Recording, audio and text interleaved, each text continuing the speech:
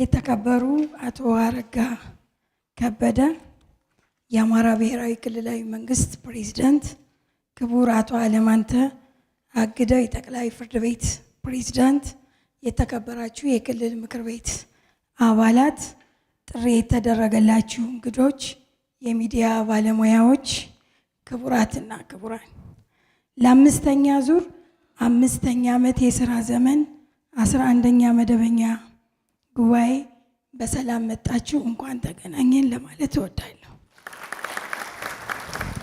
ምክር ቤቶች የመልካም አስተዳደር እንዲሰፍን፣ የዜጎች ሰብአዊ ዲሞክራሲያዊ መብት እንዲከበር፣ ፍትሃዊ ተጠቃሚነት እንዲረጋገጥ፣ የህዝቦች የባለቤትነት ስሜትና ሀገር ወዳድ ዜጋ እንዲገነባ፣ በአጠቃላይ የዲሞክራሲ ስርዓት እንዲዳብር የሚሰሩ አውራ ተቋሞች ናቸው።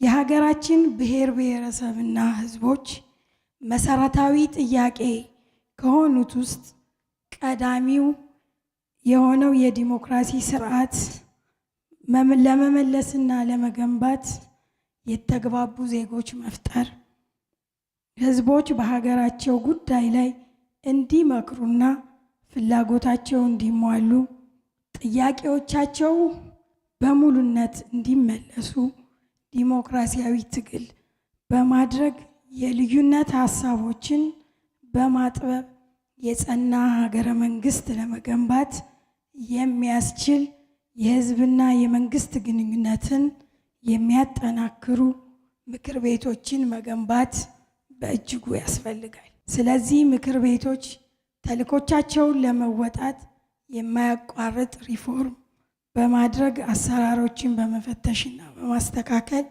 የህዝቡን እድገት ያገናዘበ ተራማጅ ሀሳቦች የሚወያዩባት መሆን ይገባዋል። ከፊታችን በሚደረገው 7ኛ ዙር ሀገራዊ ምርጫም ይህንኑ ታሳቢ አድርጎ መስራት በእጅጉ አስፈላጊ ነው።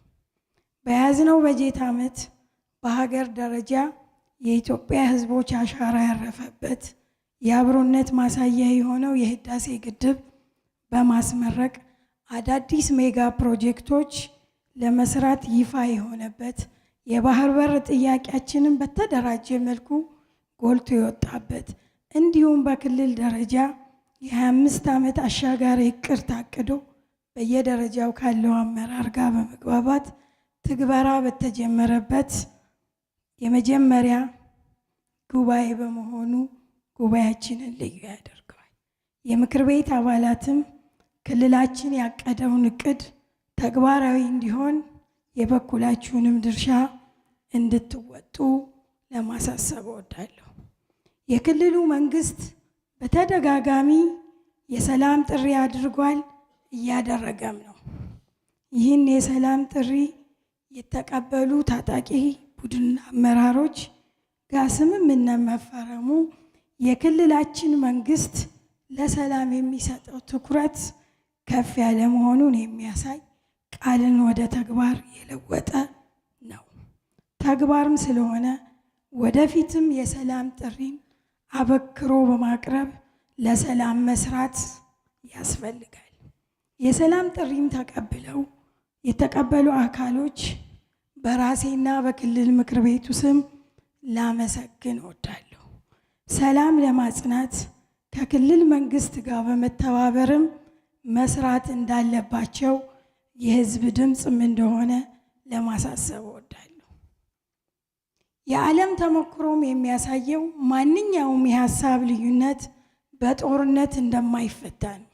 ስለዚህ ጫካ ያሉ ኃይሎች የክልሉ መንግስት ችግሮችን በውይይት ለመፍታት ያለውን ቁርጠኝነት በተጨባጭ እያሳየ ስለሆነ ወደ ቀልባቸው ተመልሰው የሰላም ጥሪውን እንዲቀበሉ ዛሬም በድጋሚ በምክር ቤቱ ስም ጥሪ ለማስተላለፍ እወዳለሁ። ደጋግመን ጥሪ የምናስተላልፍበት ምክንያት የጦርነት ይቁምልኝ ጥያቄ የደሃው ገበሬ ድምፅ፣ ለዓመታት በጦርነት ምክንያት ትምህርታቸውን አቋርጠው የትምህርት በር የሚናፍቃቸው ሕፃናት ጩኸት፣ ልጆቿን ሽንኩርት ቸርችራ የምታሳድገው እናት ድምፅ፣ የከፍተኛ ነጋዴዎቹም እሮሮ፣ በየቀኑ በጦርነት ምክንያት በሱቅ ዕቃ በስጋት የሚኖረው ደጉ ሕዝባችን ንጹሕ ጥያቄ ነው።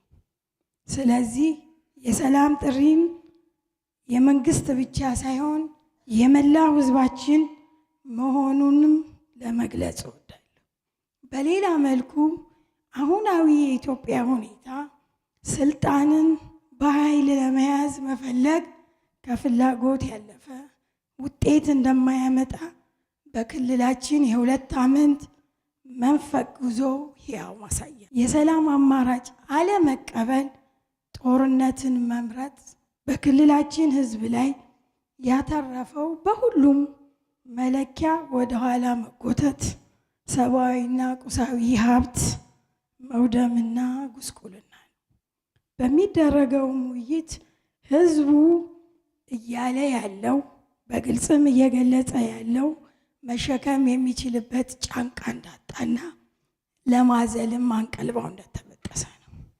በጦርነት የተጎሳቆለውን ሕዝባችንን ማህበራዊ እረፍት እንዲያገኝ በሰላም አማራጭ መቀበል ለነገ የሚባል አይደለም። የሕዝቡንም ድምፅ ማጤን ተገቢነት ስላለው በተዋረድ ያሉ ምክር ቤቶች የሕዝብ የሰላም ጥያቄ እንዲመለስ አበክራችሁ እንድትሰሩም ለማሳሰብ እወዳለሁ። የተከበሩ ፕሬዚዳንት፣ የተከበራችሁ የምክር ቤት አባላት፣ የ2018 በጀት ዓመት የሁሉም ተቋማት እቅድና የሩብ ዓመት አፈጻጸም ግብረ መልስ ተሰጥቷል። የትምህርት አጀማመር በባህር ዳር ከተማ በተለያዩ ትምህርት ቤቶች የመስክ ምልከታ ተደርጓል። የኦዲት ግኝት አመላለስን በተመለከተ በባህር ዳር ከተማ፣ ጎንደር ከተማ፣ ማዕከላዊ ጎንደር፣ ሰሜን ሸዋ፣ ደብረ ብርሃን እና 21 ተቋማት ጋር በአመላለሱ ዙሪያ ከሚመለከታቸው ኃላፊዎች ጋር ውይይት ተደርጓል። የአማራ ክልል ፖሊስ ዋና ጠቅላይ መምሪያም የምክር ቤት አባላት ጉብኝት አድርገዋል። የተቋም ሪፎርም ስራና በቴክኖሎጂ ለማዘመን አገልግሎትን ለማሳለጥ ብሎም ተቋማዊ አሰራርን ለመገንባት እየተሰራ ያለው ጅምር ተግባር የሚበረታታ ነው። በተለያዩ ረቂቅ አዋጅም ላይ የህዝብ ሰሚ መድረክ ተደርጓል። ተከበሩ ፕሬዝዳንት፣ የተከበራችሁ የምክር ቤት አባል፣ በመጨረሻም በያዝነው በጀት ዓመት የምርጫ ዘመናችን ማጠናቀቂያ እና ከመጠናቀቁም ከ1 ወር በፊት ምርጫ እንደሚካሄድ የክልላችን ህገ መንግስት በግልጽ ደንግጎ ይገኛል። በመሆኑም ይህንኑ ተከትሎ ምርጫ ቦርድ ቀኑን ይፋ አድርጓል። ስለሆነም ምርጫው ነፃ፣ ፍትሐዊና ተአማኝ እንዲሆን ህዝቡ በንቃት እንዲሳተፍ የምክር ቤት አባላት የድርሻችሁን እንድትወጡ ለማሳሰብም እወዳለሁ። 11ኛው መደበኛ ጉባኤ ከታህሳስ 16 እስከ 17 የሚካሄድ ሲሆን የትምህርት ሪፖርት፣ የዋና ኦዲተር ሪፖርት፣ አዋጆችና የተለያዩ አጀንዳዎች ቀርበው የምንወያይባቸው ይሆናል። በመሆኑም በምክር ቤቱ አሰራር ስነ ስርዓት የአባላት ስነ ምግባር እንደገና ማሻሻያ ደንብ ቁጥር 16 2016 አንቀጽ 20 ንዑስ አንቀጽ 2 መሰረት ምልዓተ ጉባኤው የተሟላ መሆኑን ያረጋገጥኩ ስለሆነ 11ኛው መደበኛ ጉባኤ በይፋ መከፈቱን እገልጻለሁ። ጉባኤያችን የተሳካ እንደሚሆን እምነቴ ነው። ምክር ቤቶች የህዝብ ሉዓላዊነት መገለጫ ተቋም ናቸው። አመሰግናለሁ። 6ኛ ዙር 5ኛ ዓመት የስራ ዘመን 11ኛ መደበኛ ጉባኤ በይፋ ተከፍቷል። የ11ኛ መደበኛ ጉባኤ አጀንዳዎችን እንደሚከተለው አቀርባለሁ። በመጀመሪያ የአማራ ብሔራዊ ክልላዊ መንግስት ትምህርት ቢሮ የ2018 የትምህርት አጀማመርና እስካሁን ያሉ አፈጻጸሞች ይቀርባሉ። በሁለተኛ ደረጃ ያለን አጀንዳ የዋና ኦዲተር መስሪያ ቤት ሪፖርት ይቀርባል። በሶስተኛ ደረጃ ልዩ ልዩ አዋጆች ይቀርባሉ። በአራተኛ ደረጃ ልዩ ልዩ ሹመቶች የሚሆኑ ናቸው። መጀመሪያው ላይ ቃለ ጉባኤ ማጽደቁ እንደተጠበቀ ሆኖ ማለት ነው። ስለዚህ ይህ አጀንዳ ይጽደቅ የምንል የምክር ቤት አባላት እጅ በማውጣት ታሳዩናላችሁ። አመሰግናለሁ። መጽደቅ የለበትም። ድምፀ ተአቅቦ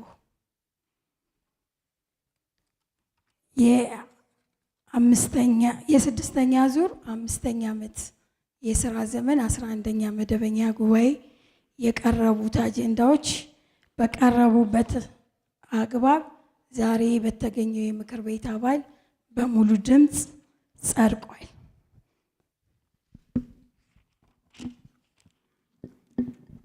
በጸደቀልን መሰረት የመጀመሪያ የሚሆነው 6ኛ ዙር 4ኛ ዓመት የሥራ ዘመን 10ኛ መደበኛ ጉባኤ ቃለ ጉባኤ ማጽደቅ ነው።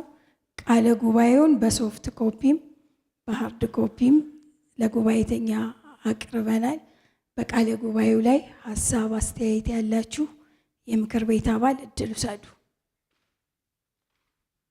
በቃለ ጉባኤው ላይ ሀሳብ አስተያየት ያላችሁ። እሺ፣ አይታየኝም።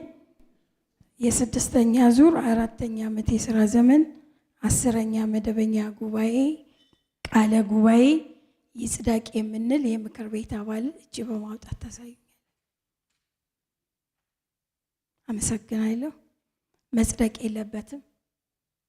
ድምፀ ተአቅቦ አይታየኝም። የ6ኛ ዙር 4ኛ ዓመት የሥራ ዘመን 10ኛ መደበኛ ጉባኤ ቃለ ጉባኤ በቀረበበት አግባብ ዛሬ በተገኘው የምክር ቤት አባል በሙሉ ድምፅ ጸድቋል።